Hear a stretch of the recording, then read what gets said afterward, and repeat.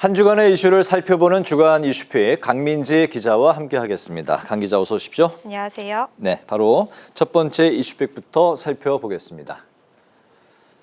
네, 엇갈린 평가, 어떤 평가가 엇갈렸을까요? 네, 우선 아쉽게도 7일간의 긴 추석 연휴가 끝났죠. 네. 네, 여야도 연휴 동안 지역으로 내려가 민심을 살폈는데요.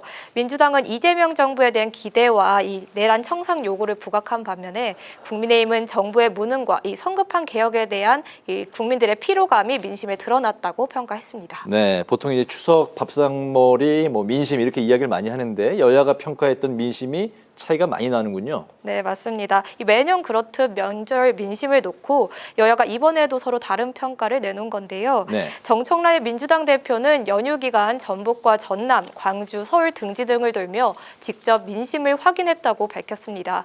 그 결과 추석 민심은 내란 청산과 민생 회복에 모아졌고 특히 내란당과 윤석열 전 대통령에 대한 확실한 처벌 요구가 컸다고 전했습니다. 국민이 이재명 정부의 힘을 실어줬다며 개혁을 흔들림 없이 추진하겠다는 의지도 강조했는데요. 반면 국민의힘은 민심이 불안과 실망으로 가득했다고 직격했습니다.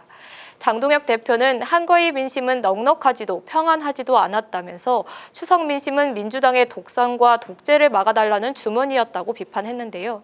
그러면서 고물가와 전성만 화재 복구 지연 등 정권 실정에 국민이 분노하고 있다며 이번 추석 민심을 동력 삼아 정기국회와 국정감사에서 국정 정상화를 위한 야당 역할에 집중하겠다고 강조했습니다.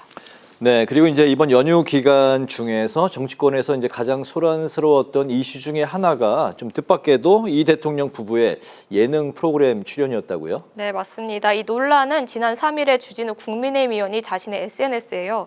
예능 촬영 일자를 공개하라며 글을 올리면서 발단이 됐습니다. 네. 주 의원은 화재로 피해가 속출할 때 대통령이 48시간 동안 회의도 없이 침묵했다면서 재난 수습에 나서야 할 시간에 예능 녹화를 했다고 문제를 제기했는데요. 대통령실은 곧바로 반박에 나섰습니다. 이 대통령이 유엔 총회 귀국 직후부터 보고를 받으면서 필요한 조치들을 해나갔고 28일 오전 오후에도 두 차례 회의를 직접 주재했다며 48시간의 공백은 사실이 아니라고 강조했습니다. 다만 녹화 일자가 28일이었다는 사실은 하루 뒤 서면 브리핑에서 추가 공개가 됐습니다. 이에 국민의힘은 대통령이 국가적 위기 속에 예능 출연에 나선 것도 모자라 녹화 사실까지 숨기려 했다며 반발했고 민주당은 국민의힘이 K푸드 홍보를 가짜뉴스로 깎아내린다고 맞받으며 공방은 계속됐는데요. 이는 법적 다툼으로도 이어졌습니다. 민주당은 주 의원과 관련 논란을 SNS에 언급한 장동혁 대표를 허위사실 유포에 따른 명예훼손 혐의로 고발을 했고요. 주 의원도 자신에게 법적 대응을 하겠다고 한 강유정 대통령실 대변인과 박수현 민주당 수석 대변인을 맞고소했습니다. 논란을 의식한 듯 이 대통령은 오늘 대전 국정자원 현장을 직접 찾아 복구 상황을 점검했지만 이 국민의힘은 당 차원에서도 무고죄 고발을 검토하고 있는 등 여야 공방이 격해지고 있어서 논란은 국감까지도 이어질 것으로 보입니다. 그렇군요.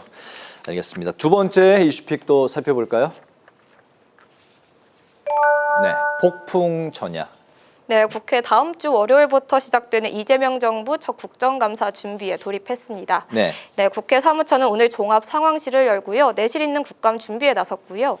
여야도 종합 상황실을 꾸리고 본격적인 국감 모드에 돌입했습니다. 네, 다음 주 월요일 그러니까 이제 13일부터 국정감사가 이제 시작이 되는데 관심이 쏠리고 있는 주요 쟁점 중에 하나가 바로 조희대 대법원장 그리고 김현지 실장의 국감 출석 여부죠? 네, 맞습니다. 민주당 이번 국감에 조희대 대법원장 반드시 증인을 세우겠다 벼르고 있는데요. 네. 법사위가 13일 국회 그리고 15일에는 대법원에서 현장 국감을 열 예정인데 민주당은 조 대법원장이 직접 선서를 하고 의원 질의에도 답해야 한다고 주장을 하고 있습니다. 불출석할 경우엔 동행명령장 발부까지도 검토하겠다는 방침인데요. 이는 인사말 후 퇴장하던 대법원장의 기존 관례를 깨는 것으로 이재명 대통령 사건 파기환송 결정과 한덕수 전 총리 회동 의혹 등을 직접 추궁하겠다는 이런 의지가 담긴 것으로 보입니다. 반면 국민의힘은 김현지 대통령실 제1부속실장을 정조준하고 있습니다. 국정 전반에 깊숙이 관여하면서도 실체가 불투명하다며 관련 모든 상임위에서 증인 채택을 추진하겠다는 입장입니다.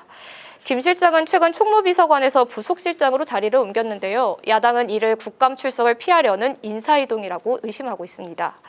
대통령실 측에서는 김 실장이 국감에 나가지 않는다고 한 적이 없다면서 여야 합의가 있다면 출석이 가능하다, 민주당에 공을 넘긴 상황인데요. 김현지 실장 증인 채택은 15일에 열리는 국회 운영위에서 결정되는 가운데 민주당은 야당 공세를 정쟁용이라고 선을 그으며 증인 채택을 원칙대로 처리하겠다는 입장이어서 여야 충돌은 불가피해 보입니다. 네, 알겠습니다. 마지막 이슈픽 살펴볼까요? 네. 민생 동상이몽. 네, 민주당이 추석 전 처리하지 못한 민생 법안들을 처리하자고 얘기를 하면서요. 네. 국감 중 본회의가 열릴지 여부에 관심이 모아지고 있습니다. 반면 국민의힘은 민생경제협의체 가동이 먼저라고 요구하는 중입니다.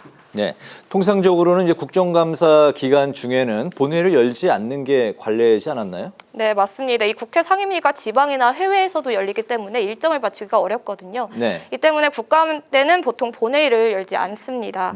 하지만 민주당은 연휴가 끝난 만큼 밥값하는 정치를 하자며 15일쯤 본회의를 열어 비쟁점 민생 법안들부터 처리하자고 촉구했는데요.